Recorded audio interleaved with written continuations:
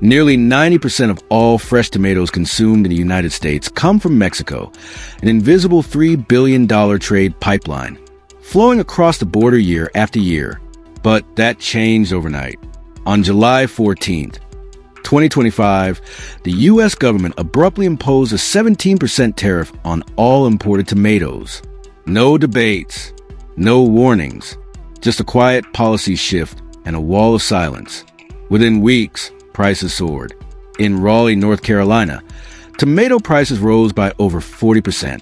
At one grocery store, a mother reached for a tomato, hesitated, then quietly placed it back on the shelf. Salsa disappeared from restaurant menus. School cafeteria salads lost their color. And across the country, a quiet question began to spread. What just happened? This wasn't about agriculture. It wasn't about fairness. It was a signal, a disruption. Overnight, the tomato became political. The decision on July 14th quietly rewrote the rules of agricultural trade in North America. The U.S. terminated the 2019 tomato suspension agreement with Mexico, a key trade deal that kept tomato prices stable and supply chains steady for years. It had worked as a pressure valve, absorbing tensions and keeping the tomato trade predictable. But this time, there were no talks, no compromise, no heads up, just a press release and a tariff. 17%, effective immediately. According to reports from Axios and ABC News, the policy went into effect without a transition period. No exceptions for standing contracts. Tomatoes already loaded on trucks, already en route, were slapped with tariffs the moment they crossed the border. Importers felt blindsided. Economists called it reckless. Grocery chains warned of crisis. Within 2 months, tomato prices in major U.S. cities jumped between 30% and 45%. In Raleigh, a pound of beefsteak tomatoes shot up from $2.99 to $4.35. In Los Angeles, Roma tomatoes that once sold for under $1 now climb past $3.80. For working-class families, this wasn't just inflation, it was a financial gut punch. Salads vanished from school menus. Fast food joints replaced fresh salsa with processed paste. In home kitchens, tomato sauce got watered down, stretched for just one more meal. But the damage wasn't limited to grocery aisles. In Florida, the ripple effects became devastating. Dozens of small Latino-owned tomato import businesses were forced to shut down within weeks. These companies simply couldn't absorb the sudden cost surge. One by one, they folded. Hundreds of Latino workers, warehouse crews, truck drivers, and farm liaisons were laid off overnight. Many had spent their entire careers building stable bridges between American demand and Mexican supply. Suddenly, they were disposable. No press coverage, no financial aid, just shuttered doors and severance checks. Even seasoned experts were stunned. Trade analysts had long anticipated some shifts in agricultural policy, but not this. Now a 17% tariff rolled out with no warning, no hearings, and no backup plan. A July 2025 report from MarketWatch warned that the collapse of the tomato supply chain could trigger widespread economic shockwaves. Packaging, refrigeration, and trucking sectors, all critical to produce distribution, would feel the hit next. Small logistics firms already operating on thin margins could be pushed out of business, and food costs could rise across the board. Despite this looming domino effect, Washington's message remained simple: protect American farmers. But protect whom exactly? Florida's tomato farms only run for part of the year. In northern states like New York, Illinois, and Minnesota, grocery shelves rely almost entirely on imports to stay stocked. Even California, once a tomato powerhouse, has seen its crop output dwindle for over a decade, choked by droughts and ongoing labor shortages. As prices climbed and supplies thinned, Americans across the country began asking, was this really about farming, or was it something more? Something political? While the U.S. government built a tariff wall, Mexico quietly built a tunnel. Not literally, but logistically. While U.S. headlines were filled with controversy, Mexico responded with blueprints. There were no retaliatory threats, no angry speeches, no hashtags, no midnight calls. Just strategy and steel. In less than 3 months, a new trade corridor came to life. far from the U.S. border quietly and efficiently. Trains now roll daily from Baguio, Mexico's rich agricultural zone, through northern Chihuahua, and then veer northeast, not into the U.S., but directly into Ontario and Quebec. No customs backlogs, no U.S. checkpoints, no tariffs. It's a cold chain miracle, built not out of outrage but out of calculation. Refrigerated train cars, temperature-controlled, insulated, and sensor-monitored. Preserved tomatoes, peppers, and berries at a consistent +1 degree Celsius. Even across a 2,000-kilometer journey, the produce stays fresh. The result? 4 to 5 extra days of shelf life. Lower waste, fewer rejected shipments, and, most critically, cheaper shipping costs. Early data from Canadian Pacific Kansas City, CPKC, confirmed that this new rail route cut logistics costs by 15% compared to traditional trucking routes that pass through the U.S. While America taxed the tomato, Mexico streamlined it. At first, U.S. analysts assumed the new route was a temporary fix. But then came the contracts. Canada's biggest grocery chains, Loblaws, Metro, and Sobeys, didn't just tour farms in Mexico. They committed. 5-year supply agreements were signed. Each container that rolled north sent a clear message. Mexico wasn't waiting around. They weren't coming back. There was no press release from Mexico's trade ministry. No presidential statement. No social media campaign. Just train after train, loaded with produce, heading into new territory. One senior trade advisor in Ottawa summed it up best. They didn't fight the tariff. They outgrew it. And that's what stings most for U.S. officials. Because this wasn't just a supply chain detour. It was a realignment of trust.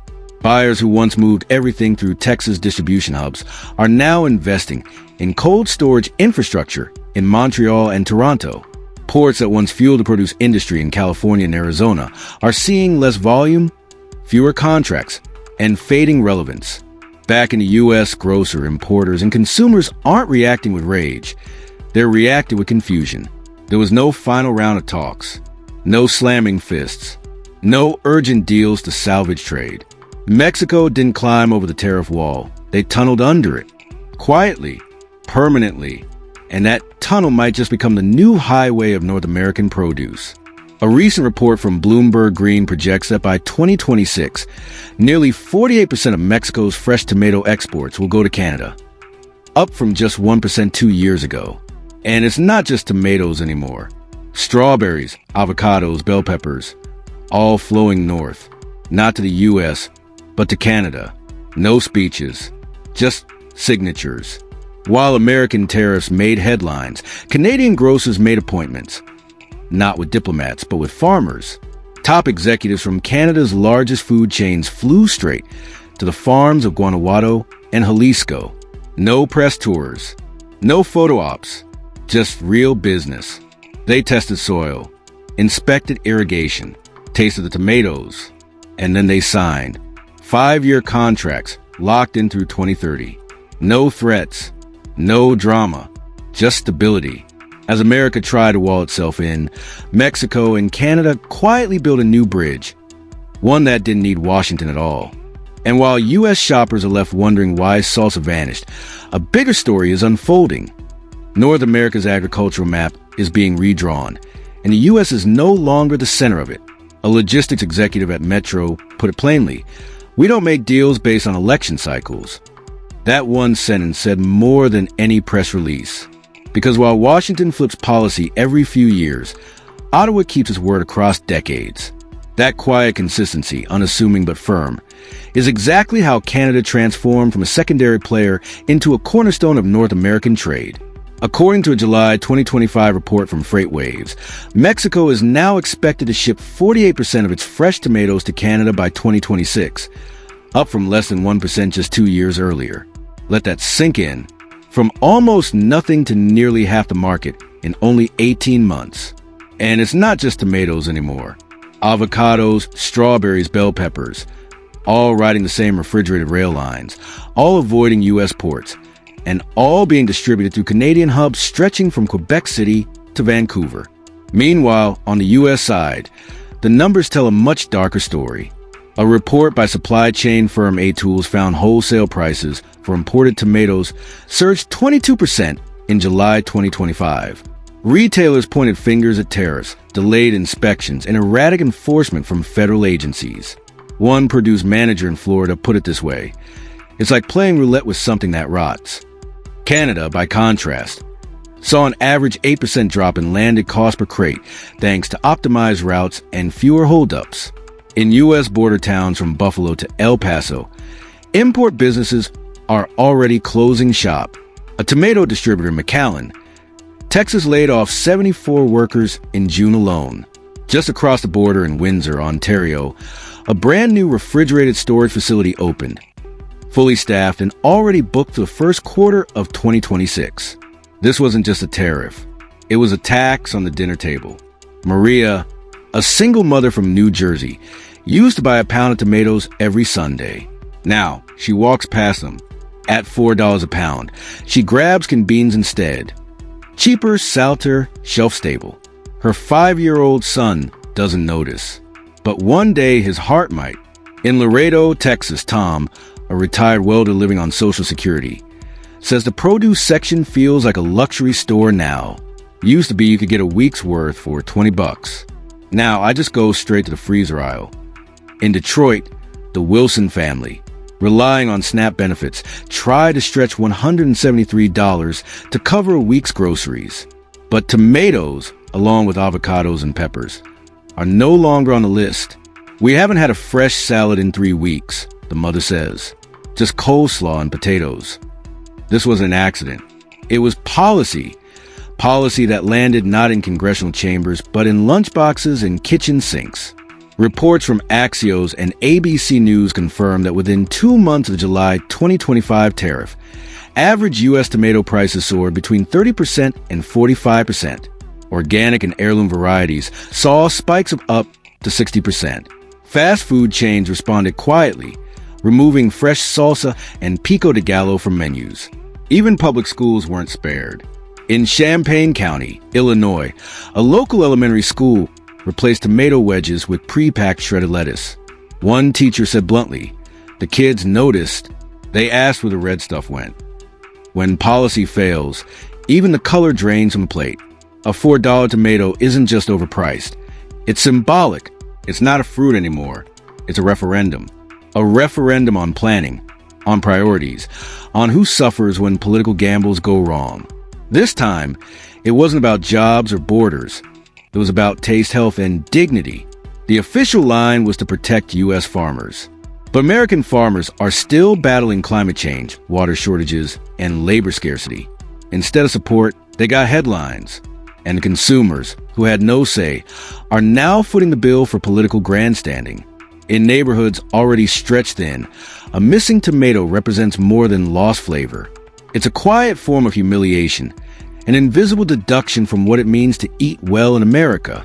Yes, the tariff targeted foreign growers, but it hit home in the fridge, the pantry, and every bite that now tastes like less. If a tomato can leave America, what else might follow? The tremors didn't stop at the produce aisle.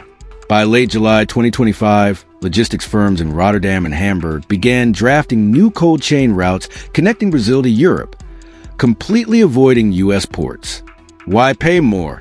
Asked one Dutch supplier. For politics disguised as trade? Brazil picked up on the shift fast. A 5-year agreement was signed with the Netherlands, routing organic vegetables directly through Portugal's Port of Signs. No American middlemen. No policy whiplash. Colombia and Peru acted swiftly too, redirecting major export routes from U.S. ports in Los Angeles and Houston to Canada's Vancouver and Halifax. But the loudest message didn't come from South America. It came from Asia. In August, delegations from Japan, South Korea, and Taiwan arrived in Cedro, Mexico. They weren't negotiating. They were studying how Mexico had rebuilt its export systems without relying on the United States. One Korean advisor reportedly described Mexico as the blueprint of resilience. And they're not just taking notes. According to Bloomberg, both Japanese and German companies are now assessing Mexico's electronics hubs as launch pads for Asia, leveraging trade agreements that sidestep Washington entirely. Canada, seeing what was unfolding, moved fast. In late September, Agricorp Ontario began testing dual-language packaging for Mexican-grown tomatoes, labeled as Product of Canada, under USMCA rules. It's legal, it's streamlined, and it's immune to sudden political tantrums. As one Canadian official put it, if the U.S. wants chaos, we'll offer stability. Because at its core, this isn't just about tomatoes. It's about trust. About which countries can deliver goods across oceans without being sabotaged by a tweet or a tariff. Even the European Central Bank weighed in. In a July 2025 memo, it warned of a growing shift away from U.S.-centered trade routes. What began in agriculture might soon sweep into cars, semiconductors, even biotech. No one's boycotting America. They're just quietly stepping away, efficiently, permanently.